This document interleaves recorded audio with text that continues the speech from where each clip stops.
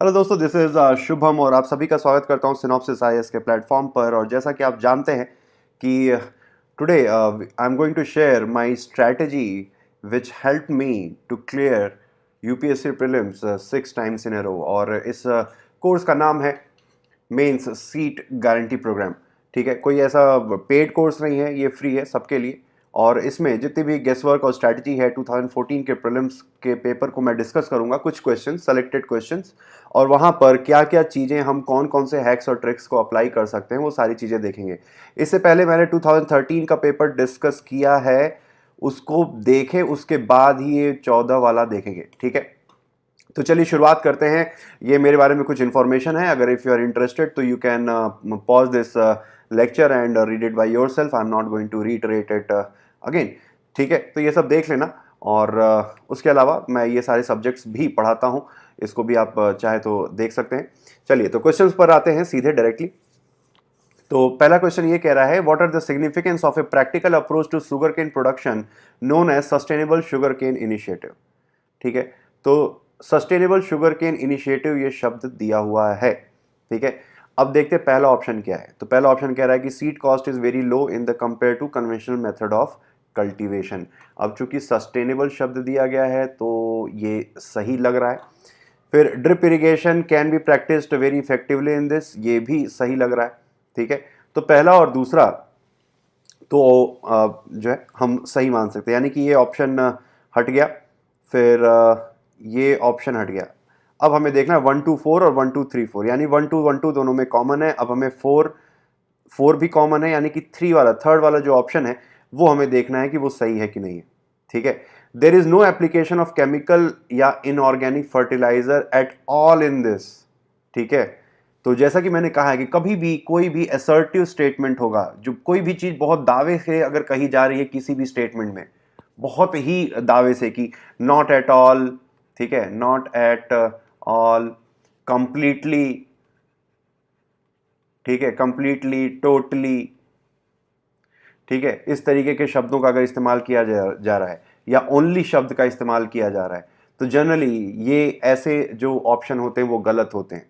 ठीक है, तो हमारा बचा क्या? हमारा बचा ये वाला ऑप्शन 1 2 एंड 4। ठीक है, 1 2 and 4 will be the right answer, यानी कि B will be our answer for this question. ठीक है, अब देखिए, हमेशा ये याद रखिए कि जैसा मैं हमेशा कहता हूं कि नॉलेज से ज़्यादा कॉमन सेंस काम आता है प्रीलिम्स में। कॉमन सेंस अगर रहेगा तो नॉलेज आपको धोखा दे देगी, लेकिन आपका कॉमन सेंस कभी धोखा नहीं देगा। सुनने में थोड़ा अटपटा लगता है, लेकिन ऐसा ही है। अपने 6 साल के प्रीलिम्स के एक्सपीरियंस से बता रहा हूँ, और ये ट्राइड एंड टेस्टेड है। ठीक है, तो ऐसा नहीं कि बस हवा में कुछ भी बकैती नहीं कर रहा हूँ मैं। ट्राइड एंड टेस्टेड नॉलेज है, इस वजह से मैं आपको आपके साथ शेयर कर रहा हूँ, तो इसको जरूर देखना। ठीक है, और ये रहा बी इसका सही आंसर। अगला क्वेश्चन देखते हैं।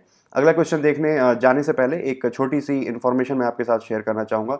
पब्लिक एडमिनिस्ट्रेशन, पब्लिक एडमिनिस्ट्रेशन का ऑप्शनल शुरू किया है मैंने सिनॉप्सिस आईएएस के प्लेटफॉर्म पर। आप चाहे तो वहाँ पर देख सकते हैं। ये जो कोर्स है 40% जो है फ्री रहेगा, एंड जो बाकी 60% है that will be on subscription basis. तो जरूर देखिएगा, बहुत इंपॉर्टेंट कोर्स है and definitely it will help you out. ठीक है, तो खैर आते हैं क्वेश्चन पर। तो with reference to conservation organisation जिसका नाम है वेटलैंड इंटरनेशनल, इनमें से कौन सा पॉइंट जो है सही है? It is an intergovernmental organization formed by countries which are signatory to Ramsar Convention.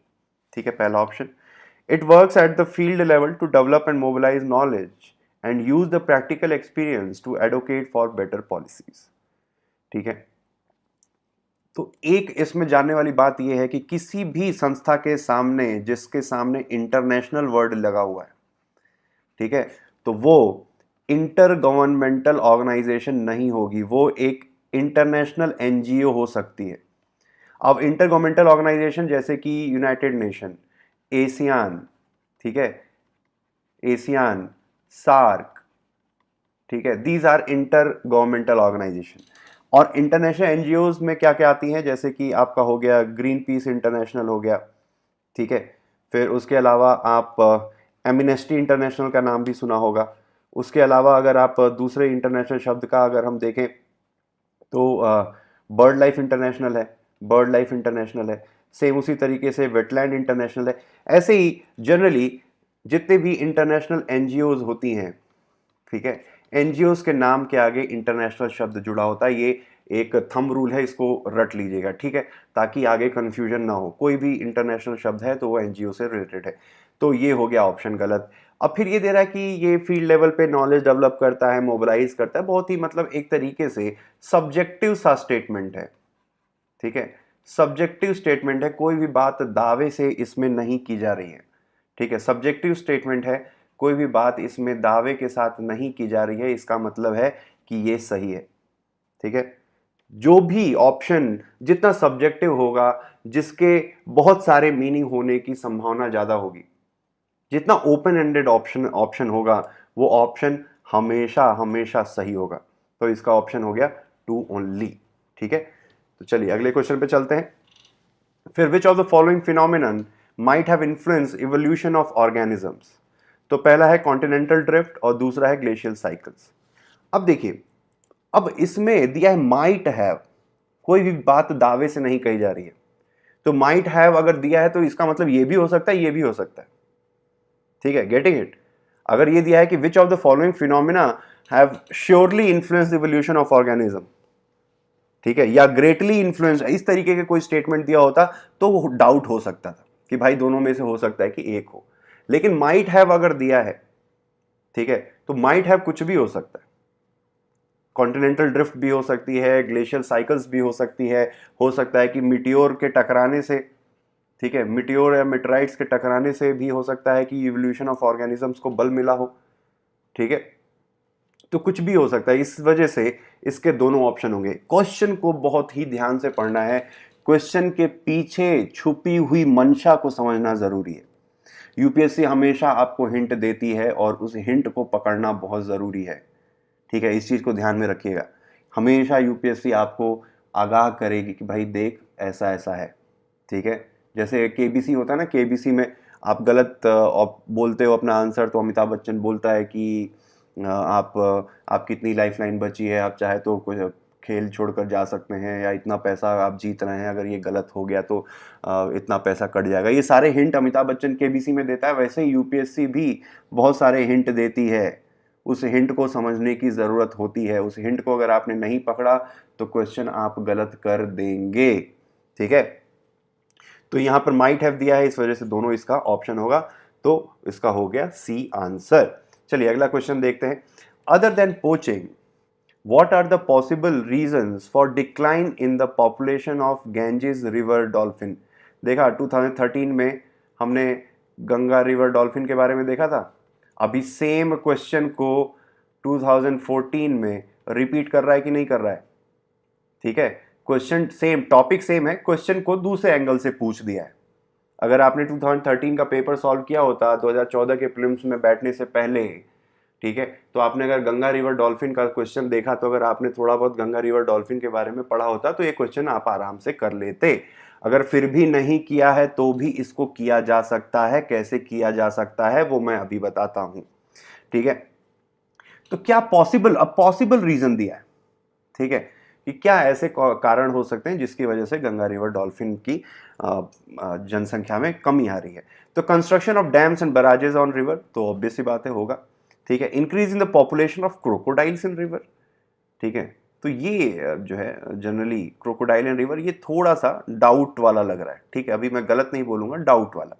Getting trapped in the fishing nets accidentally, तो भाई ऑब्वियस सी बात है, मछली मारने के लिए जो भी जाल पड़ते हैं उसमें मछली फंस सकती है, जिसकी वजह से उसकी मृत्यु भी हो सकती है।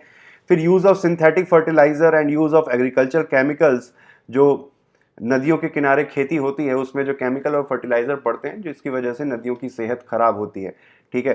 तो सेहत खराब होने की वजह से वहां पे जीव जंतुओं की मृत्यु भी संभव हो सकती है, ठीक है। तो पॉसिबल रीजन पूछा है, तो पहला हो गया, तीसरा हो गया, चौथा हो गया, ठीक है। एक चीज ध्यान रखिएगा, इंडिया के किसी भी रिवर में क्रोकोडाइल नहीं मिलता है जनरली। बहुत मिलेगा तो घड़ियाल मिलेगा, ठीक है। क्रोकोडाइल आपका भितरकनिका मैंग्रोव में मिलता है क्रोकोडाइल, ये याद रखेंगे, ठीक है, या अंडमान निकोबार में मिलेगा। अंडमान एंड निकोबार में, यहाँ पर क्रोकोडाइल मिलता है। घड़ियाल जनरली नदियों में मिलता है, और घड़ियाल कौन सी नदी में मिलता है? वो मिलता है चंबल नदी के अंदर। ठीक है, तो इसका हो गया ये जवाब गलत, यानी कि 1, 3 एंड 4 हो गया इसका जवाब सही सी। ठीक है, आसान था, देखा। चलिए अगला क्वेश्चन देखते हैं। ब्रोमिनेटेड फ्लेम रिटार्डेंट्स, ठीक है, are used in many household products like mattresses and upholstery. Why is there some concern about their use? Brominated flame retardant का इस्तेमाल मैट्रेसेस यानी गद्दे रजाइयों में होता है, उसको लेकर क्या समस्या खड़ी हो रही है, ये क्वेश्चन पूछा है। तो पहला है कि they are highly resistant to degradation in the environment, they are able to accumulate in humans and animals. तो ब्रोमिनेटेड फ्लेम रिटार्डेंट, अगर आपने परसिस्टेंट ऑर्गेनिक पॉल्यूटेंट के बारे में पढ़ा होगा एनवायरमेंट में, तो आप इसको आसानी से कर सकते हैं। ठीक है, और अगर नहीं भी कर सकते हैं तो भी आप थोड़ा बहुत कॉमन सेंस लगाएंगे कि they are highly resistant to degradation and they are able to accumulate, body में एक्यूमुलेट भी होते रहते हैं, जिसको हम कहते हैं बायो मैग्नीफिकेशन या बायो कॉन्सेंट्रेशन। ठीक है, इन दोनों में से एक कहा जाता है। ठीक है, तो दोनों सही है, इसका हो गया सवाल का जवाब सही, यानी कि सी। चलिए अगला क्वेश्चन देखते हैं। Which of the following adds carbon dioxide in carbon cycle on the planet Earth? इनमें से कौन सी प्रक्रिया से धरती में कार्बन डाइऑक्साइड एकत्रित होती है धरती के एटमॉस्फेयर में? तो पहला है वोल्केनिक एक्शन, दूसरा रेस्पिरेशन, फोटोसिंथेसिस या डिके ऑफ ऑर्गेनिक मैटर। तो ये 4 ऑप्शन दिए हैं। तो वोल्केनिक एक्शन से होगा ही होगा भाई, कार्बन डाइऑक्साइड निकलेगी। ठीक है, रेस्पिरेशन से क्या होता है, हम ऑक्सीजन लेते हैं और कार्बन डाइऑक्साइड छोड़ते हैं, तो ये भी हो गया, ये भी हो गया। अब कुछ लोगों को लगता है कि फोटोसिंथेसिस से भी कार्बन डाइऑक्साइड निकलती है। फोटोसिंथेसिस के कुछ जो डार्क रिएक्शन होते हैं उसमें कार्बन डाइऑक्साइड इकट्ठी होती है, लेकिन जो नेट जो होता है कंट्रीब्यूशन फोटोसिंथेसिस से, ठीक है, उससे कार्बन डाइऑक्साइड ऐड नहीं होती है, कार्बन डाइऑक्साइड घटती है एटमॉस्फेयर से। कॉमन सेंस की बात है, तो ये गलत हो गया। और डीके ऑफ ऑर्गेनिक मैटर, तो कोई भी ऑर्गेनिक मैटर जब डीके होता है तो कार्बन डाइऑक्साइड प्लस मीथेन, ये तो 2 चीजें निकलती ही निकलती हैं, ये याद रखिएगा।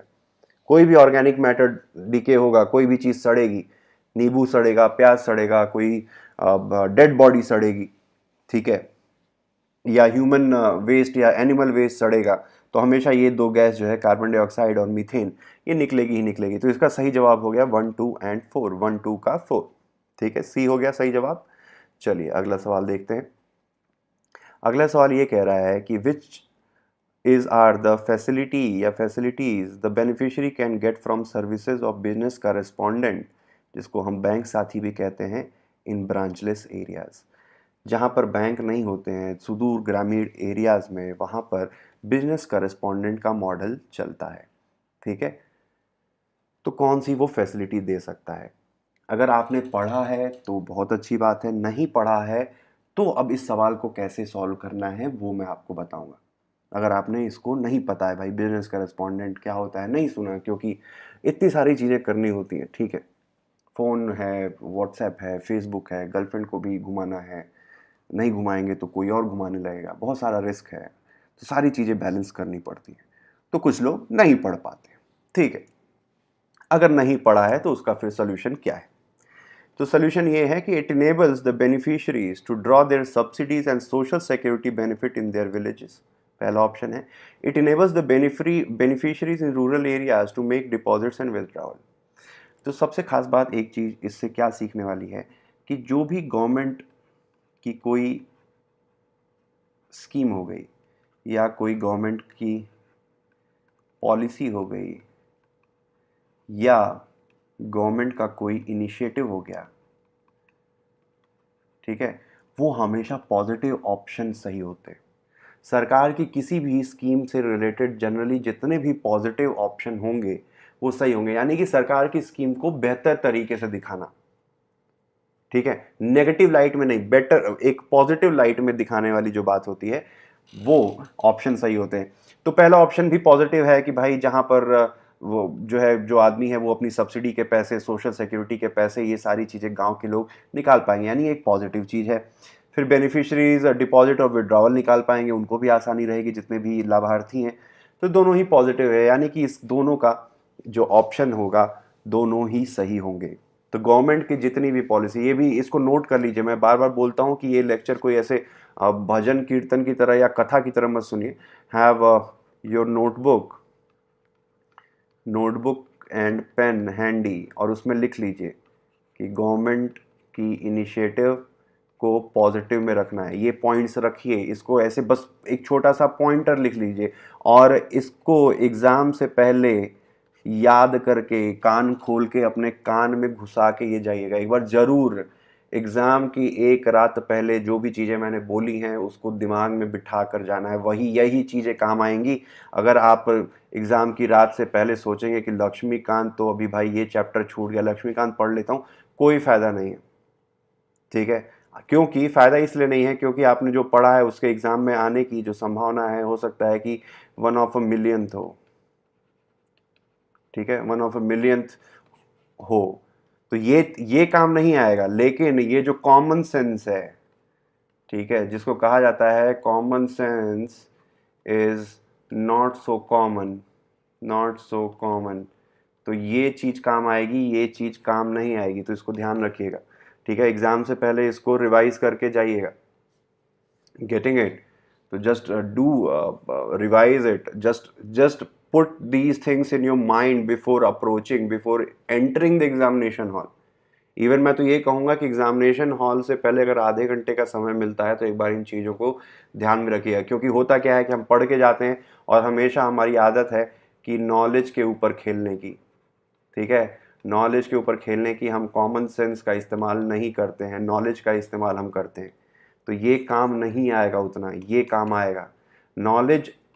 कहा मैंने कि 70% नॉलेज काम आएगा, 30% ये चीज़ें काम आएंगी और यही डिसाइड करेंगी। नॉलेज तो इम्पॉर्टेंट है ही, मैं ये डिनाई नहीं कर रहा, ऐसा नहीं कह रहा कि अब कल से घूमना चालू कर दीजिए। ठीक है, लेकिन ये काम आता है और यही आपकी नदियाँ, जो आपकी जो नैया है, नदिया के पार यही लेकर जाएगा। ठीक है, तो चलिए शुरुआत करते हैं अगले सवाल से। तो विथ रेफरेंस टू अग्नि 4 मिसाइल, इनमें से कौन सा स्टेटमेंट सही है? तो ये सरफेस टू सरफेस मिसाइल है। ठीक है, it is fuelled by liquid propellant only. अब ओनली शब्द क्यों जोड़ा है भाई? तो इसके गलत होने की संभावना ज्यादा है। ठीक है, तो दो हट गया, एक कॉमन है, यानी कि अब हमें देखना है कि तीसरा वाला पॉइंट सही है कि नहीं। तो it can deliver 1 ton nuclear warhead about 7,500 kilometre away. ठीक है, तो देखो कॉमन सेंस से आप 50% 50-50 पे आ गए, 50-50 पे आ गए। अब यहाँ पे थोड़ी सी बाकी 50% आपके नॉलेज के ऊपर है। इसमें भी ये भी मैं कहूँगा कि ये भी कॉमन सेंस के ऊपर ही है। 7,500 किलोमीटर नाम की अभी तक कोई मिसाइल है नहीं, अगर है भी तो अभी वो अग्नि 5 है, ना कि अग्नि 4। ठीक है, अग्नि 4 की मिसाइल बहुत कम है, इतनी भी रेंज उसकी नहीं है, तो ये चीज़ हो गया सही। तो ये हो गया, इसमें थोड़ा बहुत नॉलेज प्लस कॉमन सेंस दोनों यूज़ हुआ। इसमें टोटली कॉमन सेंस यूज़ हुआ और इसमें नॉलेज यूज़ हुआ। ठीक है, तो आप देख सकते हैं कि जनरली इस क्वेश्चन को कॉमन सेंस और थोड़े बहुत नॉलेज के बेसिस पर आप इसको सॉल्व कर सकते हैं। ठीक है, तो इसका आंसर हो गया ए। ठीक है, आसान था, बहुत आसान है, बहुत मज़ा आएगा। अभी आप देखते जाइए, बहुत सारे 2-4 साल के और मैं क्वेश्चन सॉल्व करूंगा, एकदम पूरा तिलिस्म प्रीलिम्स का खोल कर रख दूंगा। ठीक है, तो चलिए देखते हैं अगला सवाल। तो with reference to 2 non conventional energy sources, जिसको हम कोल बेड मीथेन और शेल गैस कहते हैं। ठीक है, अब इनमें से कौन सा सही है? चलो मान लिया कि आपको कोल बेड मीथेन के बारे में नहीं पता और शेल गैस के बारे में नहीं पता है। अब इस क्वेश्चन को कैसे सॉल्व करेंगे? तो कोल बेड मीथेन एक प्योर मीथेन गैस है, extracted from coal seams with shale gas, while shale gas is a mixture of propane and butane only that can be extracted from fine grained sedimentary rocks. तो अब ये only क्यों दिया हुआ है? इसमें भैया मीथेन भी होता है। ठीक है, शेल गैस में मीथेन भी होता है, तो ये हो गया गलत। ठीक है, ओनली शब्द को ध्यान देना है, क्वेश्चन को बहुत ध्यान से पढ़ना है एग्जामिनेशन हॉल में। फिर अगला पॉइंट कह रहा है कि in India abundant coal bed methane sources exist but so far no shale gas source have been found। ठीक है, तो ये भी गलत हो गया, तो इसका जो जवाब हो गया वो हो गया डी। ठीक है, अब ये नो गैस, अभी तक कोई शेल गैस का कुछ सोर्स ही नहीं मिला है सो फार, अभी तक no shale gas resource have been found. ठीक है, तो ये थोड़ा सा अटपटा है। ठीक है, एक तरीके से कोई बात दावे से कही जा रही है, असर्टिव स्टेटमेंट है। ठीक है, तो इसके गलत होने की संभावना ज़्यादा है कि जैसा कि मैंने कहा था, तो ये गलत हो गया। ये भी बात कही जा रही है कि प्रोपेन और ब्यूटेन होता है, बाकी तो और कुछ उसमें होता ही नहीं है, ये भी बात दावे के साथ कही जा रही है, इसमें ओनली शब्द है। ठीक है, तो ये भी गलत हो गया, इस वजह से इसका आंसर हो गया डी। ठीक है, चलिए अगले सवाल पे चलते हैं। इन India problem of soil erosion is associated with which of the following. ठीक है, तो इसका है पहला टेरेस कल्टीवेशन। टेरेस कल्टीवेशन समझ में आता है, जो पहाड़ों पर इस तरीके की खेती होती है, आपने देखा होगा कि पहाड़ मान लीजिए कि इस तरीके से है। ठीक है, तो यहाँ पर ऐसे खेती होती है, that is called terrace cultivation. आपने अगर कभी गए होंगे, ठीक है, पहाड़ घूमने के लिए, उधर फूंकने के लिए नहीं, तो आपको दिखाई दिया होगा। ठीक है, तो टेरेस कल्टीवेशन की in India problem of soil erosion is associated with which of the following. तो terrace cultivation, deforestation and tropical climate. तो ट्रॉपिकल क्लाइमेट से क्या सॉइल इरोजन होगा? बहुत सारे लोग एक्स्ट्रा दिमाग लगाएंगे, भैया ट्रॉपिकल क्लाइमेट होगा तो ज़्यादा बारिश होगी, ज़्यादा बारिश होगी तो वाटर इरोजन होगा। ठीक है, एक्स्ट्रा दिमाग नहीं लगाना है। फालतू का दिमाग अगर आपने लगाया, एक्स्ट्रा दिमाग लगाने की कोशिश की, शान पट्टी करने की कोशिश की एग्जाम में, ठीक है, तो क्वेश्चन गलत हो जाएगा। एक बात याद रखिए कि हमेशा दिस एग्जाम, जब भी, एक बात हमेशा याद रखिए, जब भी कोई भी ऑप्शन, कोई क्वेश्चन सॉल्व करते समय आपको अगर ये दिमाग में आए कि वाह आपने तो कुछ नया सोच लिया है, ये तो कोई दूसरा एस्पिरेंट सोच ही नहीं पाएगा। ठीक है, you are the only one जिसको ये समझ में आ रहा है, बाकी सब लोग ये गलत करेंगे, मैं ही शायद सही करूंगा।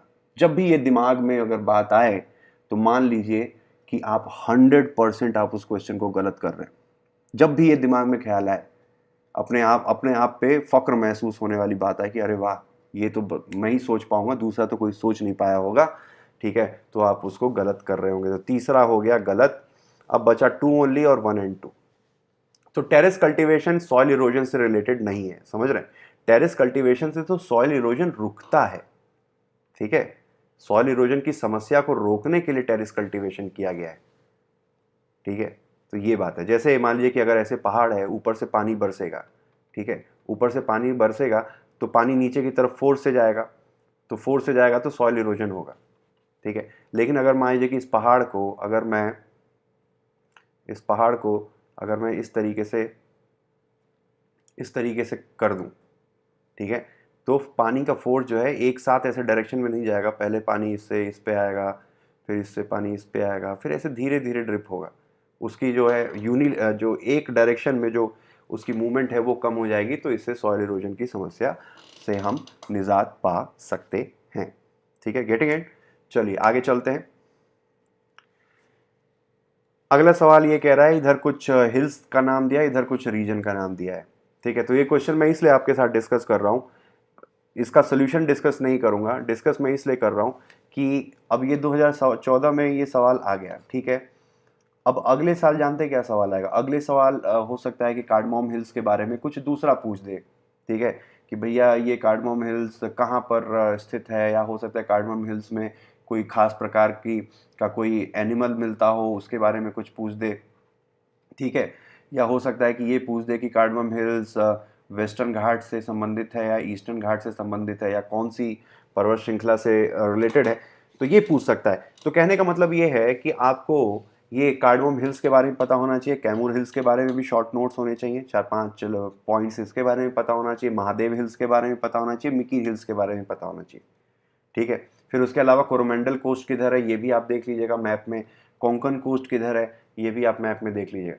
तो कहने का मतलब है इसको कहते हैं नोट्स बनाना। जो मैं कहता हूँ कि 10 साल के, यानी कि 2009 से लेके 19 तक के पेपर को सॉल्व करने की बात मैं कहता हूँ तो इसी तरीके से मैं एक रजिस्टर बनाइए, उस पर ये सारे पॉइंट्स नोट करिए, ठीक है, और उसमें इंटरनेट पे रिसर्च करके इन सारी हिल्स के बारे में पता कर लीजिए, ये दो जो कोस्ट है इनके बारे में पता कर लीजिए, इनकी कुछ खास बातें अगर आपको अगर कहीं दिखती हैं इनके बारे में तो वो पता कर लीजिए, ठीक है, तब जाके आप इस क्वेश्चन से कुछ सीख पाएंगे, ठीक है।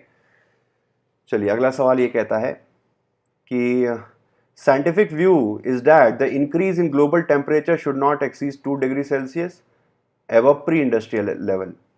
If the global temperature increases beyond 3 degrees Celsius above the pre-industrial level, what can be the possible impact on the world? कि अगर प्री इंडस्ट्रियल लेवल से अगर 3 डिग्री सेल्सियस अगर टेम्परेचर हो जाता है, 3 डिग्री सेल्सियस अगर बढ़ जाता है तो दुनिया के ऊपर क्या असर पड़ेगा, ठीक है। तो पहला है कि terrestrial biosphere tends towards a net carbon source. तो टेरेस्ट्रियल बायोस्फीयर यानी कि धरती एक तरीके से मान लीजिए तो एक तरीके से ये carbon source, net carbon source का मतलब क्या होता है कि जितना कार्बन ये एब्जॉर्ब करेगी उससे कहीं ज्यादा कार्बन ये इमिट करेगी, उत्सर्जन ज्यादा होगा। तो सही बात है कि टेम्परेचर बढ़ जाएगा तो जो धरती से कार्बन डाइऑक्साइड का जो इमिशन है वो बढ़ जाएगा। कैसे बढ़ जाएगा? बहुत सारे जीव जंतु मरेंगे, बहुत सारे पेड़ हो सकता है कि सूख जाए, बारिश, फ्लड, ये सब की दिक्कत आए। तो जो पेड़ पौधे वो मरेंगे, तो ऑब्वियस सी बात है जब वो मरेंगे तो उनके शरीर में जो कार्बन डाइऑक्साइड है वो रिलीज होगी धरती पे, और बहुत सारे ऐसे ही प्रोसेस होंगे, ठीक है। तो पहली चीज तो यह कि टेरेस्ट्रियल बायोस्फीयर एक नेट कार्बन सोर्स हो जाएगा, सही बात है। Wide spread coral mortality will occur, जो कोरल्स है वो भी मर जाएंगी। आपको पता होगा कि कोरल रीफ्स, टेम्परेचर बढ़ता है तो कोरल रीफ्स मर जाती हैं, ठीक है। फिर तीसरा है all the global wetlands will permanently disappear. All the global wetland will permanently, तो एक तो ऑल शब्द बहुत ही असर्टिव, बहुत दावे के साथ कही जा रही है, फिर परमानेंटली खत्म हो जाएंगे ये भी दावे के साथ कही जा रही है, तो ये हो गया गलत। तो तीसरा पॉइंट हो गया गलत। अब ये दोनों आपने काट दिया, वन ओनली इसमें भी है, वन ओनली कॉमन है, तो वन कॉमन है यानी कि इसका मतलब आपको टू पर फोकस करना है। तो टू आप देख लो कि भाई वाइड स्प्रेड कोरल मोर्टेलिटी होगी, इसमें दिया है, हाँ भाई होगी कोरल मोर्टेलिटी, इसका मतलब है कि आप 1 और 2 सही है। देखिए अगर ये एलिमिनेशन वाले तरीके से आप करेंगे तो आपका समय भी बचेगा, ठीक है। आपको लगता है कि थर्ड वाला पॉइंट गलत है तो एक बार थर्ड वाले ऑप्शन को हटा कर देखिए, ठीक है। तो अब आप इससे हो क्या रहा है, देखिए आपको ये फोर्थ वाले पॉइंट पे अलग से सोचना नहीं पड़ रहा है। आपको पता चल गया भाई 3 के साथ तो 4 जा ही रहा है, यानी कि 4 तो है ही नहीं। अब बचा ये 1 ओनली और 1 और 2 ओनली। 1 दोनों में कॉमन है, यानी कि एक 1 पे भी, 1 वाले पॉइंट पर भी आपको ज़्यादा नहीं सोचना है, ठीक है। आपको सोचना है 2 वाले पॉइंट पर, ठीक है। तो सेकंड वाले पॉइंट पर आपने सोचा तो wide spread coral mortality will occur, ये आपने देखा कि हाँ ठीक है भाई wide spread coral mortality will occur, तो ये कर लिया मैंने। तो सेकंड वाला पॉइंट इज राइट, ठीक है, सेकंड वाला पॉइंट इज राइट। तो 1 और 2 ओनली, ठीक है, तो ये आपने कर लिया। चलिए आगे चलते हैं। With reference to neem tree consider the following statements. Neem oil can be used as a pesticide, ठीक है, नीम ट्री के बारे में पूछा गया है एंड ये कह रहा है कि neem oil can be used as a pesticide to control the proliferation of some species of insects and mites. फिर neem seeds are used in the manufacture of biofuels and hospital detergent. फिर neem oil has application in pharmaceutical industry. अब neem tree के बारे में पूछा गया है, तो नीम ट्री क्या है? एक पॉजिटिव चीज है, ठीक है, अच्छी बात है। तो उसके बारे में जितनी भी अच्छी अच्छी बातें होंगी, ठीक है, वो सारी अच्छी बात होगी। तो पहला वाला ये देखो, नीम एक अच्छी चीज है, तो ये हो गया पॉजिटिव। ये पॉजिटिव नेगेटिव अप्रोच है, मैं आपको बता रहा हूँ, एक नया अप्रोच है। ये हो गया पॉजिटिव चीज, तो इससे ये भी पॉजिटिव हो गया, ये भी पॉजिटिव हो गया, ये भी पॉजिटिव हो गया, ठीक है। कहने का मतलब ये है कि पेस्टिसाइड के रूप में इस्तेमाल कर सकते हैं, एक पॉजिटिव पॉइंट है। फिर बायोफ्यूल और डिटर्जेंट के रूप में यूज़ कर सकते हैं, ये भी पॉजिटिव पॉइंट है। फिर फार्मास्यूटिकल इंडस्ट्री में यूज़ कर सकते हैं, ये भी एक पॉजिटिव पॉइंट है। तो यानी कि इसका जो ऑप्शन होगा 1, 2 और 3 तीनों होगा, ठीक है। फिर अगला सवाल कह रहा है in addition to fingerprint scanning which of the following can be used in biometric identification of a person. तो बायोमेट्रिक आइडेंटिफिकेशन के लिए इनमें से कौन सी 3 चीज़ों का इस्तेमाल किया जा सकता है?